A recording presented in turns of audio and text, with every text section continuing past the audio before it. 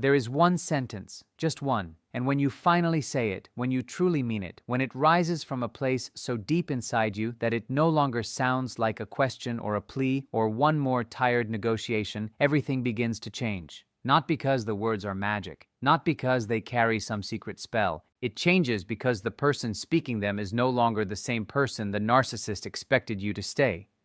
You become someone they never planned for, someone they never fully understood, someone they worked on for years, slowly, quietly, carefully, trying to pull apart your identity piece by piece, your confidence layer by layer, your reality thought by thought, and in the end, they failed. That sentence is coming. But before it lands, you need to understand something that maybe nobody told you clearly enough, honestly enough, or with enough respect for the pain you lived through. What happened to you was not simply a bad relationship. It was not just poor communication. It was not a personality conflict or a difficult season or two people who were not a good match. What happened was a slow erosion of your sense of self, carried out by someone who needed to reduce you in order to feel bigger inside their own emptiness. If your chest tightened when you heard that, if something inside you suddenly went quiet because it recognized the truth, stay with me, this matters, and what comes next may explain years of confusion in a way nothing else has. Because once you understand what they really fear, the whole game starts to look different. And the second you see the game, you stop playing it the same way. Listen closely, because this is where the shift begins. Most people get this wrong. They think a narcissist fears being exposed. They think if enough people hear the story, if enough proof is gathered, if the right truth is spoken in front of the right audience, the narcissist will collapse. Others think a narcissist fears anger. They believe that if they finally shout back, if they finally stop being patient and match force with force, the narcissist will retreat. And then there are the people who have been trapped the longest, worn down until they hardly know themselves, who secretly believe the narcissist fears losing them. They have been trained to mistake being pulled back for being valued. But here is what actually unsettles a narcissist more than anything else. What they fear most is not exposure, not shouting, not even your exit by itself. They fear a person who no longer needs them to define what is real.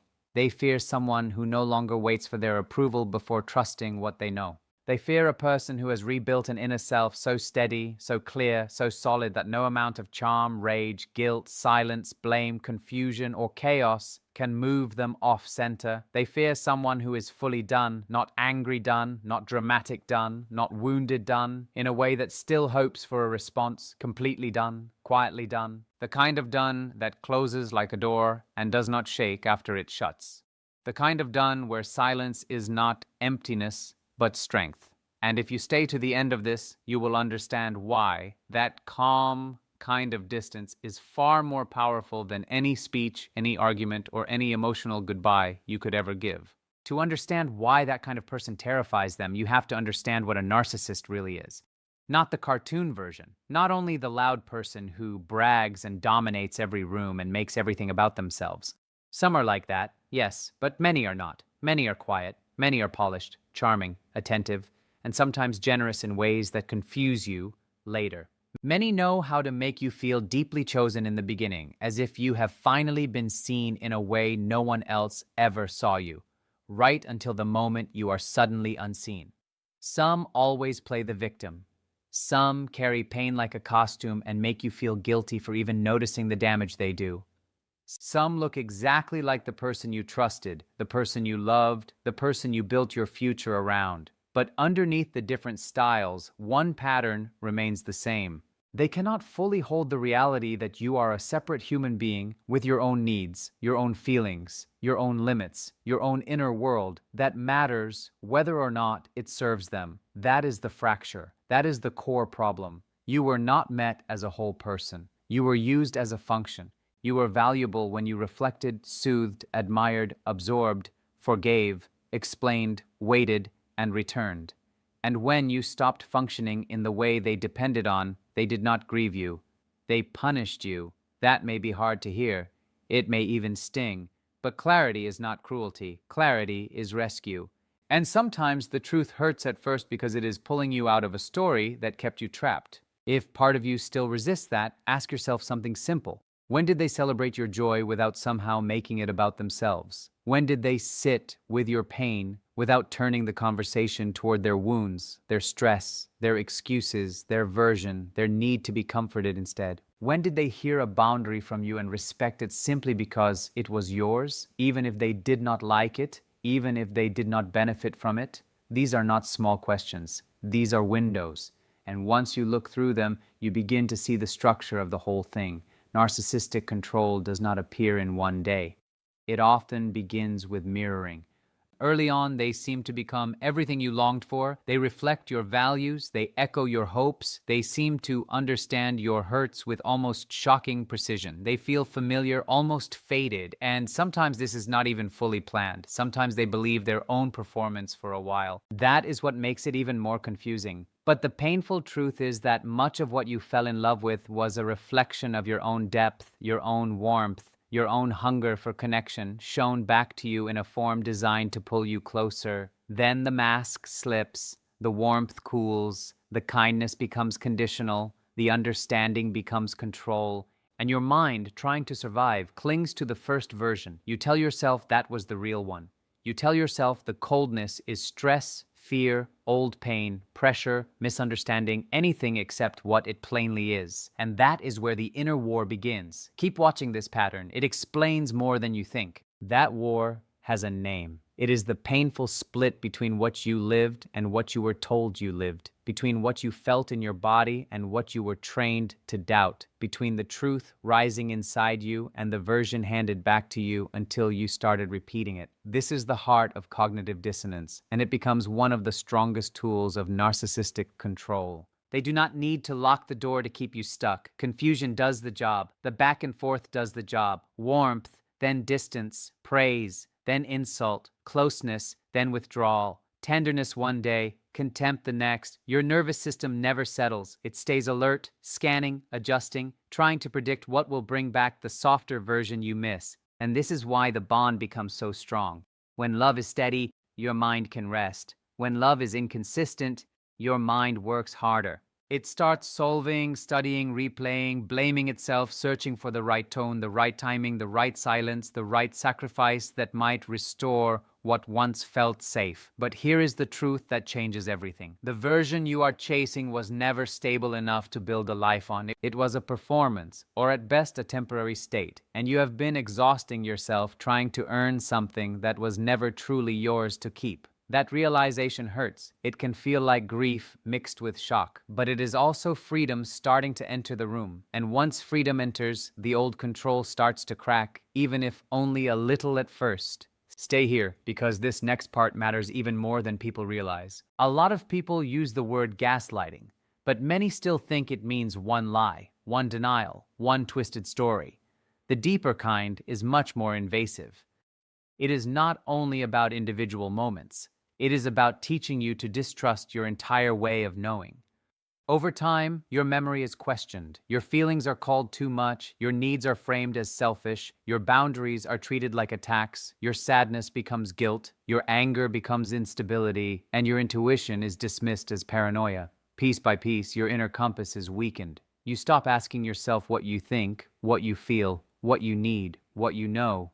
You start asking what they think, what they allow, what they will tolerate, what version of reality will keep the peace. That is not a small shift. That is the theft of self-trust. And if you have ever stood in your own life, feeling strange to yourself, unable to tell what was real, questioning your memory, your tone, your motives, even your sanity, hear this carefully. You did not become broken by nature. You were trained into self-doubt by repeated emotional pressure. That does not define you. It describes what was done to you. Those are different things, very different. And the moment you separate them, healing begins to look less like fixing yourself and more like returning to yourself. That matters, because when you stop treating yourself like the problem, you stop handing them the power to be your judge, your translator, your mirror, and your final authority. That is a major turning point. And once it starts, the whole emotional system between you begins to shift in ways they can feel immediately. There is also something else happening that many survivors blame themselves for without understanding it. Trauma bonding. This is not weakness. It is not foolishness. It is not proof that you liked the pain or wanted the chaos or lacked intelligence. Trauma bonding is a real brain and body process. When cycles of hurt and relief, threat and comfort, distance and reunion repeat often enough, a bond forms that can feel stronger than healthy love because your nervous system becomes attached to the pattern itself. The pull is real, the chemistry is real, the hope is real, the pain is real, and the confusion is real too. That is why people stay. That is why people leave and go back. That is why they defend someone who is breaking them. It is not because nothing happened, it is because too much happened, in exactly the kind of pattern that keeps the brain searching for relief from the same person causing the wound. If you have ever asked yourself, why did I stay? Why did I return? Why did I keep explaining them to others and even to myself? The answer is not that something was wrong with your character. The answer is that something happened inside your nervous system that deserves understanding, not shame. And understanding is not an excuse. It is a foundation stone. Because once you know the bond was built through conditioning, you stop romanticizing it as destiny. You stop calling survival devotion. You stop confusing emotional intensity with love. That shift may feel quiet at first, but do not miss it. It is huge. It is one of those changes that seems small in the moment and later becomes the exact place where your life turned. Then comes the moment of reclaiming yourself. It rarely arrives with fireworks. It usually comes after exhaustion, after too many nights replaying conversations, after too many chances, too many excuses, too many attempts to be heard by someone who only hears what protects their own fragile image. And slowly, something in you stops reaching. You stop trying to fix them. You stop trying to explain your heart in a way they might finally understand. You stop begging for accountability, for empathy, for honest remorse, for that one conversation that would make everything make sense.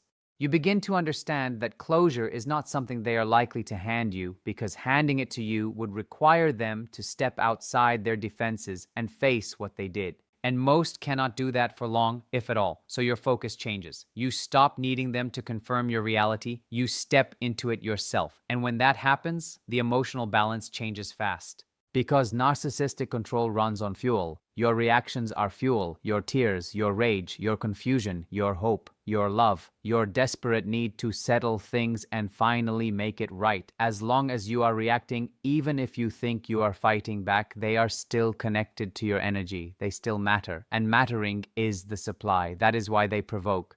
That is why they circle back. That is why calm makes them nervous. Not your words alone, your detachment, your lack of emotional access. That is the point where the game stops working. And when the game stops working, they feel it before you even say a single final sentence. This is important, so do not miss it. The narcissist is not truly powerful in the way they want you to believe. The cruelty is not power. The control is not power. The smugness is not power. The endless blame, the charm, the withholding, the silent treatment, the superiority, the contempt, none of it is real strength. It is defense. It is the constant maintenance of a false self that cannot survive without outside support, outside admiration, outside emotional reactions to keep it inflated. Beneath all that performance is fear, deep fear. Fear of being ordinary, fear of being seen, fear of being irrelevant, fear of facing the emptiness underneath the image. This does not excuse what they did. It does not make them harmless. And it absolutely does not mean you should go back and offer more compassion at your own expense. But it does mean you can stop treating their behavior like proof of your worth.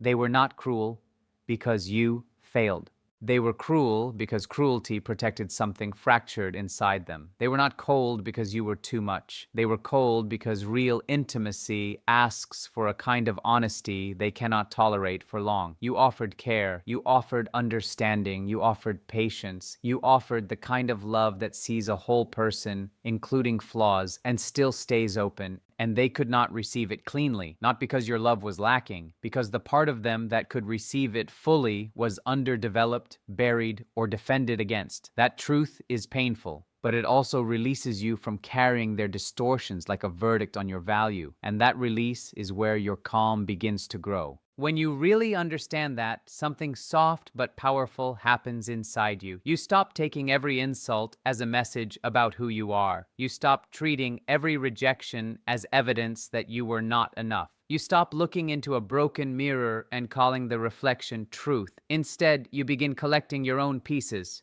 your memory, your instincts, your voice, your likes, your limits, your right to feel what you feel without cross-examination, your right to say no without building a courtroom case around it, your right to leave without being painted as cruel. And as those pieces come back, you become harder to hook, not because you are colder, but because you are clearer. This is where many people think they need a dramatic speech, a perfect final message, a sharp line that wins the scene.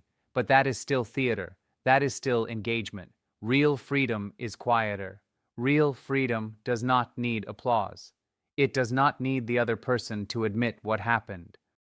It does not need a final debate with evidence and timestamps and emotional witness statements. It needs you to know, fully, calmly, deeply.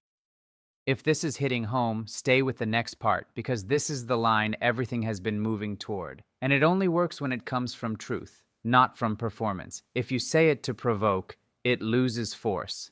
If you say it hoping for a reaction, it loses force. If you say it from pain that still wants something back, it loses force. But when it comes from settled knowing, it lands differently. In you first, then in them. The sentence is simple. I no longer need anything from you. That is it. Maybe your version sounds a little different. Maybe it is. I do not need your approval anymore.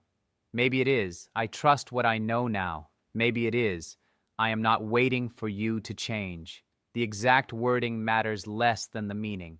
What matters is the absence of hunger in it. No heat, no pleading, no revenge, no hidden invitation. Just truth. Quiet truth.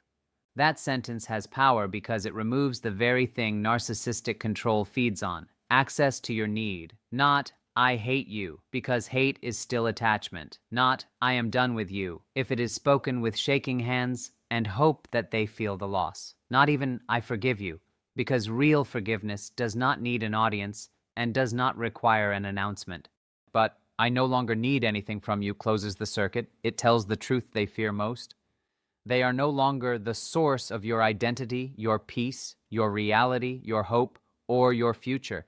And when they feel that, they feel something they spend their whole lives avoiding, irrelevance. Not dramatic rejection that they can twist into victimhood, not a loud exit they can use to keep the story alive. Just the calm fact that they are no longer necessary in your inner world. That is unbearable to someone who survives by occupying space inside other people. It means there is no open wound left to press, no hook left to pull, no fantasy left to sell, no fear left to trigger on command. The door is not slammed, it is simply closed, and this time it stays closed. The people who truly come out the other side of narcissistic abuse are not heartless. They are not empty. They are not bitter in the way many fear they will become. They are wiser, more grounded, more able to tell the difference between intensity and intimacy, between performance and presence, between being mirrored and being genuinely seen. They still love, but differently, more awake, more protective of what is sacred. They understand that empathy is beautiful, but empathy without boundaries becomes a doorway for people who consume rather than care.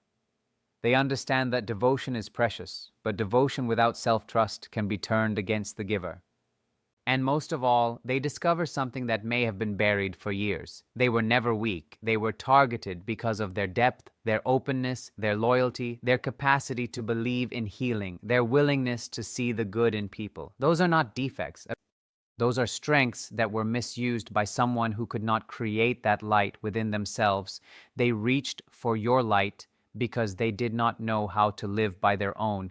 But here is the part they could never fully destroy. Your light was never theirs. It was always yours, even when you forgot it, even when you doubted it, even when you stood in the dark and thought you had lost yourself for good.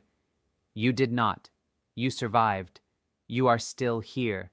And when you finally speak from that place, calm and clear, and beyond the reach of their confusion, the sentence is no longer just something you say to them. It becomes something you say to life itself. I am back. I trust myself. I choose myself. And I no longer need anything from what tried to break me.